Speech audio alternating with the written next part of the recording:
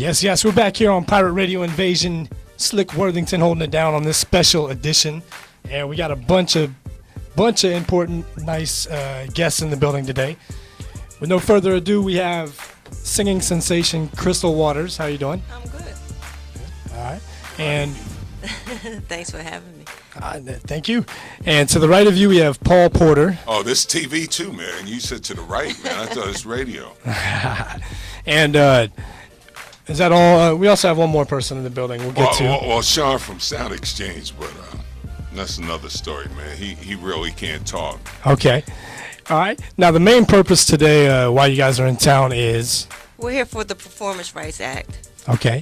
And that is it's also billed as Civil Rights for Musicians, H.R. 848, correct? Yes. All right. It's a bill that's going to allow people who perform on records that are played on the radio to be paid for the performance. Right now, only the songwriters get paid for the songs, any background singer or musician. And America is the only country with, help me out.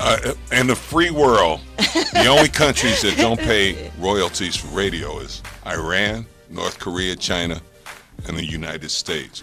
But it's a lot of political stuff that goes behind passing legislation.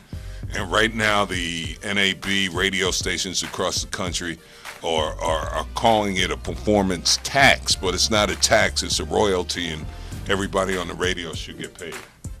Okay. And so you guys are for the bill or against the bill? I'm for the bill. Absolutely. We're As for an the artist, bill. yeah. Now, you have a long storied career in radio and in TV programming. Now, how does that, I mean, on a broad basis, how does that affect the industry, first off? Well, the industry's crying.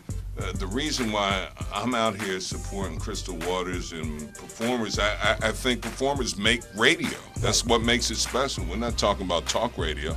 Nobody's coming to listen to Slick. They're coming to listen to the music, right? Absolutely. And the performers just don't get paid. The songwriters get paid. That's where radio is, and the broadcasters are fooling folks that they're paying the songwriters royalties, but they're not paying the folks that are singing the songs. And being from radio and television, I worked at BET for 10 years. I just thought it was too big not to get behind. Okay. And you also have to know that cable, satellite, and internet radio are paying the fees. It's only terrestrial that's not paying. So it's also going to clear the grounds for everybody to be paying the same fees. Okay. Now, also, how would this affect non-commercial radio such as us?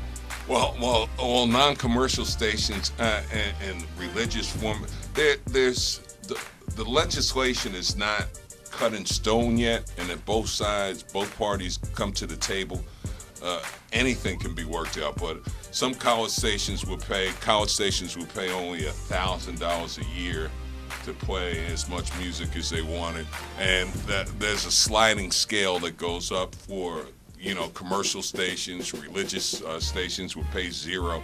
So I mean, bills can be worked out, but the reason why these interviews are important so you can hear both sides of the story, because if you turn on a commercial station in this market right now, you'll see Save Our Radio and the NABs running tens of thousands of ads and spending a lot of money and blocking both sides of the discussion from the performer's point of view, and that's why nobody's knowing the real story.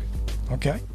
Now, Crystal, like I said before, everyone knows you from your smash hit, Gypsy Woman, 1991, I believe. Kind of jumped on the scene. Yes. All right. 18 years?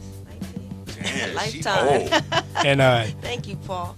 but you've had a great run. You're still working at it. Mm-hmm. I can attest to. I had a conversation with DJ Silent Rage here, my DJ here on the show, and he even said that he still gets a huge reaction out of that song. So it's timeless music. Well, as for my part, I'm still in dance music, and I still perform. I mean, I still have hits overseas on the radio. My stuff is still played constantly on the radio overseas. Mm-hmm. And what this bill also will do is that because I'm an American and we don't pay their artists this performance rights, they won't pay us. Reciprocity. So Right. so they won't pay me for all the time. Like, I'll be overseas and hear my stuff on the radio. I don't get paid for it. Wow. And it's just really kind of heartbreaking. And for someone who is a dance artist, they just take my voice and they remix it and they can put out, they ask the label to use it, whatever.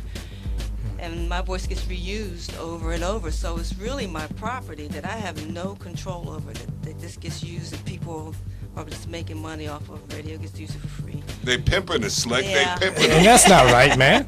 And like we spoke off air, you said, house music or dance music is making a strong comeback. So in times like now, that's really hurting you. Yeah, I mean, overseas it's considered the pop music, so it's never Right. gone away. But here in America, it's finally coming back. I mean, the DJs are slowly switching over to dance because of the economy. But people are kind of switching a little bit. The clubs don't want the same crowds that they used to have, so they're switching a little bit. Okay.